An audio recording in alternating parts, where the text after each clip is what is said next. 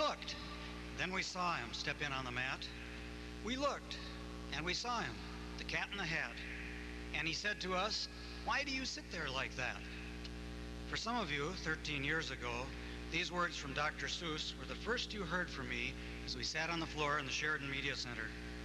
Each year, a faculty member has the opportunity to say a few things to the graduates on behalf of the entire Richfield School's faculty. And I thought to myself that if I was ever to speak to a class of graduating seniors, this would be the year. I've known many of you since those first years at Sheridan 13 years ago. For others, the first time we met was when the 4th, 5th, and 6th grades were moved to the intermediate school, and 27 of us spent an entire school year together as 4th graders in room 201. When I moved on to teaching computers, I met still more of you.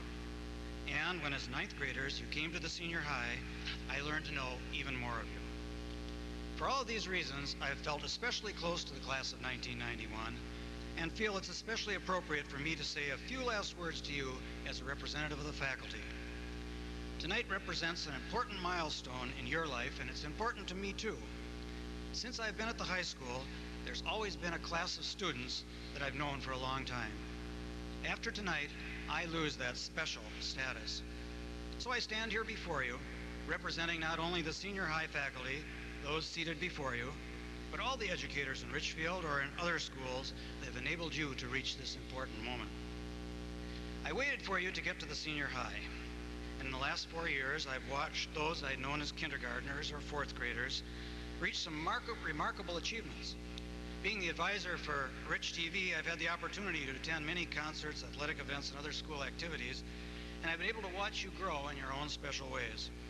Whether it was performing in the band, choir, or school musical, excelling on our championship hockey team, or in some other sport, becoming a leader in many different areas, attending college in your senior year, or qualifying for a scholarship in one of our country's best educational institutions, you did it all, and I could say I knew you when. Our 13 years together have been remarkable in another way.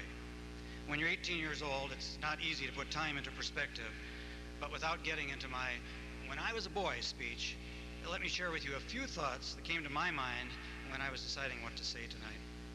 At school, as you know, I'm involved in the media center and with technology, such as computers and television. Technology has always fascinated me, and I started to think what you and I were doing 13 years ago and how things have changed in that relatively short period of time. Just think of the things that have become part of our everyday life in those 13 years. Things that didn't even exist 13 years ago, or maybe not even last year. Things we take for granted today. Now you can have your own "when I was a girl" or "when I was a boy" speech.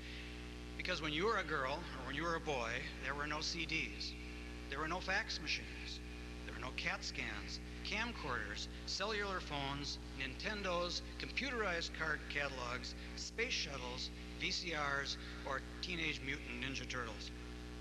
Microwave ovens were just becoming available, and when you and I were reading The Cat in the Hat 13 years ago, school had just bought its first microcomputer, an Apple II with 32K of memory.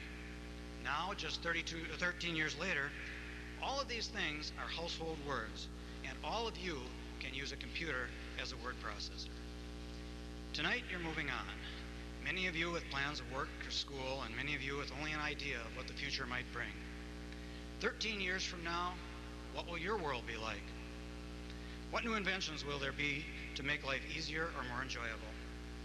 I stand before you as a representative of the faculty, a connection to the past and to the future. How will you contribute to making our world a better place, and how will you cope with the 21st century? You'll do just fine. Goodbye, and good luck.